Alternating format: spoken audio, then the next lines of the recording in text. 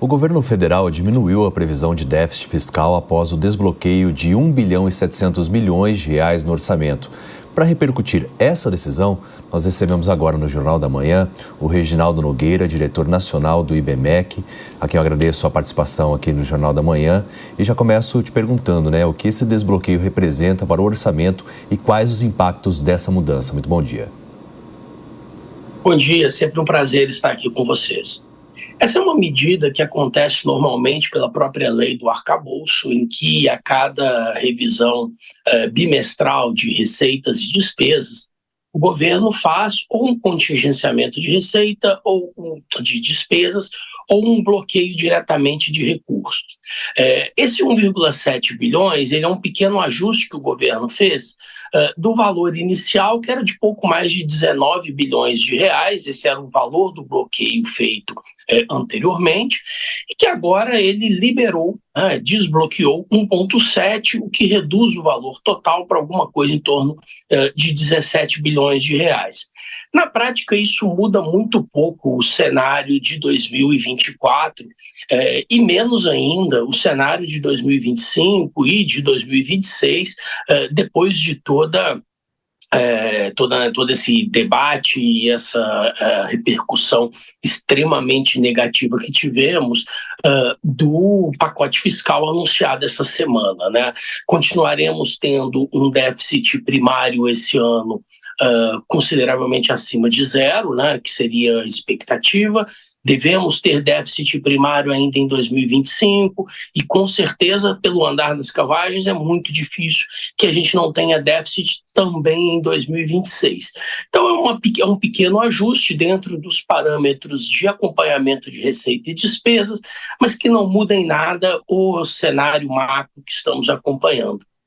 Agora, de fato, considerando que chegamos ao último mês do ano, o encerramento no exercício, como o senhor disse, o cumprimento dessa meta de resultado primário vai ficando um pouco mais difícil. E aí, quais os desafios ainda maiores que o governo pode enfrentar para tentar equilibrar esse ajuste fiscal com a necessidade de manter investimentos, principalmente nesses setores que foram mais atingidos por esses bloqueios, Saúde, educação, por exemplo?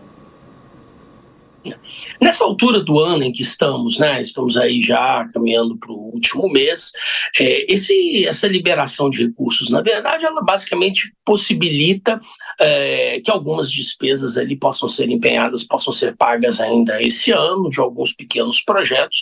De novo, para dentro do ano de 2024, esse é um ajuste menor, Quando olhamos, então, o grande cenário de 2024, o grande problema é que tivemos despesas crescendo muito além do crescimento da receita ao longo do ano todo. Se a gente olha, esse ano o nosso problema não foi de forma alguma queda da arrecadação ou arrecadação crescendo abaixo do esperado. Ao contrário, a arrecadação vem crescendo de maneira robusta e constante. O nosso problema tem sido o crescimento das despesas muito além do que era razoável. E isso continua quando a gente olha, por exemplo, para as previsões de orçamento de 2025. Então, nesse caso, exatamente nesse contexto que tivemos, por exemplo, o pacote fiscal aí anunciado essa semana. O que nós temos de discussão, que tem afetado, inclusive, a capacidade de investimento do governo, como você mesmo mencionou, são os gastos obrigatórios. Temos um orçamento extremamente rígido, um orçamento em que as despesas são vinculadas a crescimento da receita, diversos programas têm aumentos constantes, aumentos anuais atrelados à inflação ou a crescimento, atrelados ao aumento do salário mínimo, que tem gerado um aumento da despesa total muito forte, que torna os gastos discricionários, quer dizer, aqueles que o governo pode decidir onde colocar em programas específicos, muito pequenos. Isso não sobra dinheiro, inclusive, nem mesmo para os investimentos, para o crescimento. É por isso que se esperava muito que no pacote fiscal o governo começasse a rediscutir programas obrigatórios, os gastos obrigatórios com saúde, com educação, por exemplo, pudessem ter alguma flexibilidade de arranjo, que houvesse ali alguma rediscussão sobre programas atrelados ao salário mínimo. E, de novo, isso pode e deve vir, em muitos casos, acompanhados com discussão de receita. Mas o nosso problema, quando a gente olha 2024, e ficou muito claro, o nosso problema hoje não é aumentar a arrecadação. O nosso problema é o crescimento acelerado dos gastos em geral. É que muitas vezes, né, a concepção também do governo federal é de investimento e não de gasto em determinadas áreas, como, por exemplo, áreas que, segundo até mesmo o presidente Lula, são fundamentais, como educação, além de saúde. Vou incluir na nossa conversa também, Reginaldo, os nossos analistas para que possam fazer perguntas, começando pelo Diogo da Luz. Bom dia, Reginaldo, prazer poder falar consigo.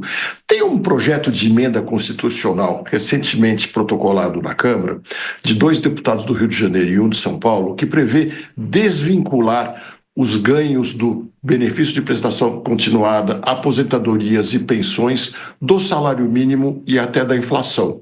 O senhor acredita que isso possa vingar e, caso vingue, realmente isso ajudará a melhorar as contas públicas ou isso é muito dissonante daquilo que pretende esse governo e nada resolveria? Bom, temos aí um problema, obviamente, uma discussão política importante sobre esse tema. Talvez a desvinculação completa, inclusive da inflação, ela seja demais. Eu acho que ela nem seria necessária nesse volume.